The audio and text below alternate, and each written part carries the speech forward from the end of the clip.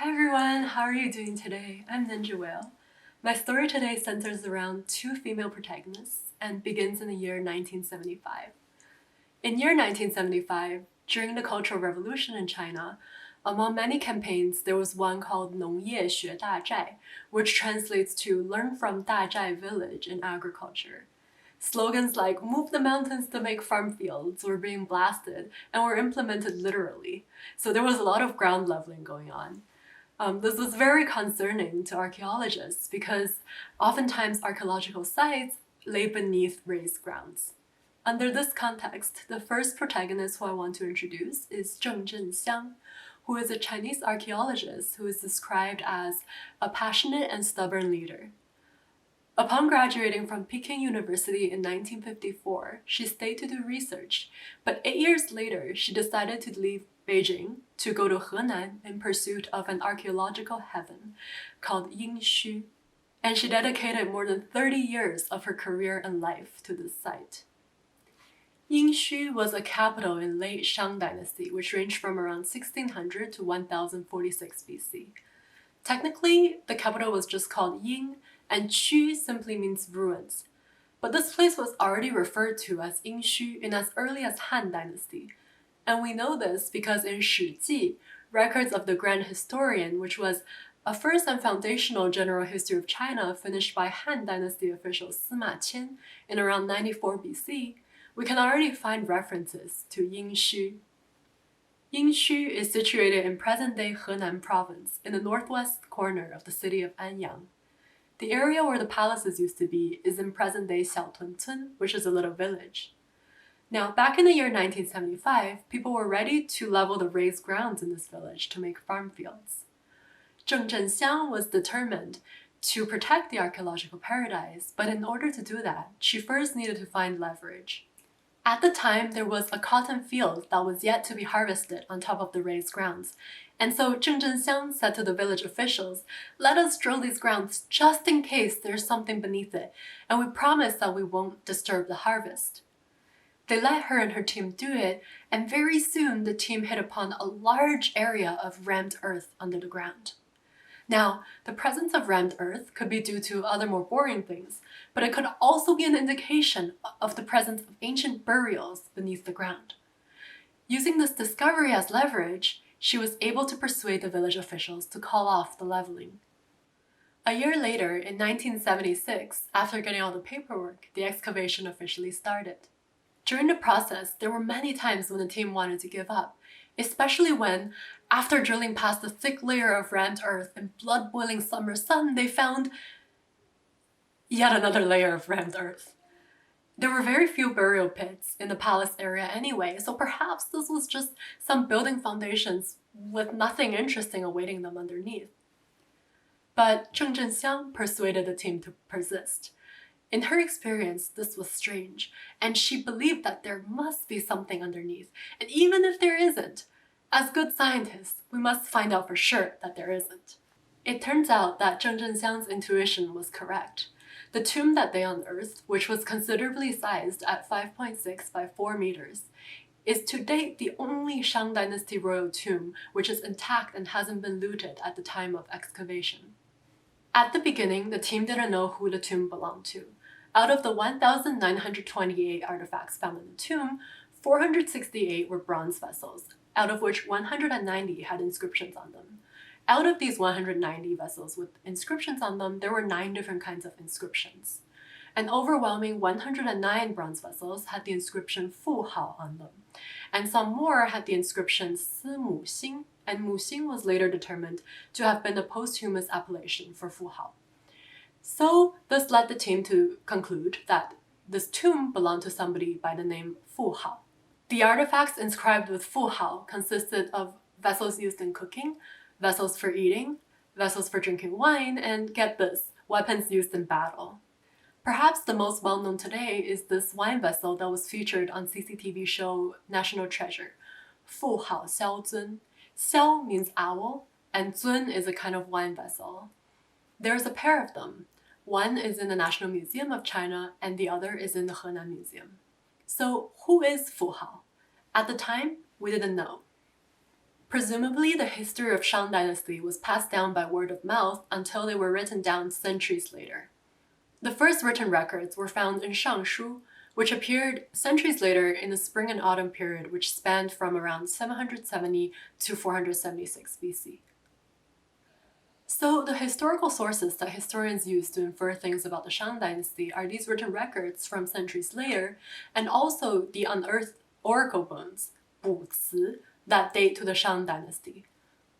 On these oracle bones, diviners carved questions to deities. Curiously, Fu Hao's name showed up repeatedly in these oracle bones, but was missing from the written histories. Using clues from the oracle bones, scholars concluded that Fu Hao was a wife of King Wu Ding of the Shang Dynasty. She was loved deeply by King Wu Ding, but her accolades and duties seem to have extended way beyond the domestic sphere.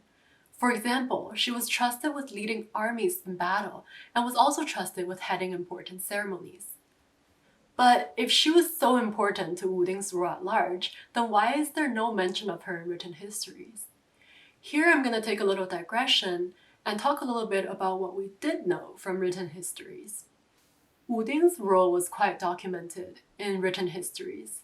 Wu Ding was highly praised in Shiji, the country under him being described as prosperous, and his rule was called Wu Ding Resurgence. A key political figure described in written histories was a minister named Fu Yue. The story of Fu Yue is actually quite the incredible one. In Shang Dynasty, the social hierarchy was strictly enforced. Fu Yue was an imprisoned lower-class laborer who Wu Ding really wanted to bring to court for his skills, but then he worried that if he just brought this lower-class guy to court, it would cause backlash from his court officials. So instead, he told his officials that he had a dream where the heavens sent him a capable minister. He asked his officials to find this minister who appeared in his dream. From his description, they drew a portrait, and using this portrait, they eventually found Fu Yue, who they brought to the court. This worked out well because at the time people were very superstitious, and the mandate from heaven superseded social class. Fu Yue certainly didn't disappoint. He did many great things in his role and is often ascribed saintly status in later written histories. Curiously, there is no mention of Fu Yue in unearthed oracle bones from the Shang Dynasty. You would think that if a man was so indispensable to King Wu Ding, surely at some point Wu Ding would have asked the gods about his health as he did many times for his wife Fu Hao. In my shallow and probably incomprehensive search, I found many theories regarding these two apparent discrepancies. The fact that Fu Hao was mentioned on oracle bones but not in written histories, and the fact that Fu Yue was mentioned in written histories but not on oracle bones. I want to present two of those theories here. The first hypothesis, of course, is that both Fu Hao and Fu Yue existed, and they both played important roles in the politics at the time. To explain the apparent discrepancies, perhaps oracle bones that mention Fu Yue just haven't been unearthed yet, and perhaps the stories of Fu Hao just got lost or overshadowed at some point as the histories were passed down by word of mouth. They could have also been purposely excluded in the earliest written histories due to political reasons. The second hypothesis is crazier and is presented in a video that I linked below. The second hypothesis is based on three observations. One, Fu Hao and Fu Yue seem to have played similar roles in court politics. Two, as I've said before, Fu Hao is uniquely mentioned on oracle bones, and Fu Yue is uniquely mentioned in written histories. And the third is that Fu Hao and Fu Yue may have been very similar in pronunciation in ancient times. So with those things being said, the second hypothesis is, could Fu Hao and Fu Yue have been the same person? In other words, is Fu Yue fictional? Under this hypothesis, it's also possible to explain the legend of Fu Yue that was passed down in history. Without presenting the evidence here, it's possible that Fu Hao and King Wu Ding shared the same surname. If this was the case, because of beliefs at the time, if Wu Ding was to marry Fu Hao, it would have caused backlash in the court. To circumvent that, he could have concocted a dream where the heavens sent him a goddess, told his officials to search for the woman of his dream using a portrait, and then brought Fu Hao into the court in that way. Under the second hypothesis, it's likely that as the heroic deeds of Fu Hao were passed between generations by word of mouth, At some point, people started assuming that a person so instrumental to the Wuding resurgence, a person so seasoned in battle, surely must have been male. And so by the time the histories were written down centuries later, the protagonist's name had become Fu Yue. Regardless of whether either of these hypotheses were true, it's evident that the discovery of Fu Hao's tomb not only gifted us with thousands of beautiful artifacts, but also directly led to the question of who was Fu Hao. This in turn led to these interesting theories, and also more abstractly to critical analyses and reflection of our written histories, specifically how the accuracy of these written histories may have been compromised by historical biases. All of this may not have happened had it not been for Zheng ZhenXiang's stubborn leadership in 1975. I hope you enjoyed today's video, where an ancient tomb connects the stories of Zheng ZhenXiang and Fu Hao, two admirable women who are situated 3,000 years apart in time. As always, if you like my stories, please hit subscribe. If there's anything that I got wrong, or if there's anything in particular that you want to hear about, please put them in the comments.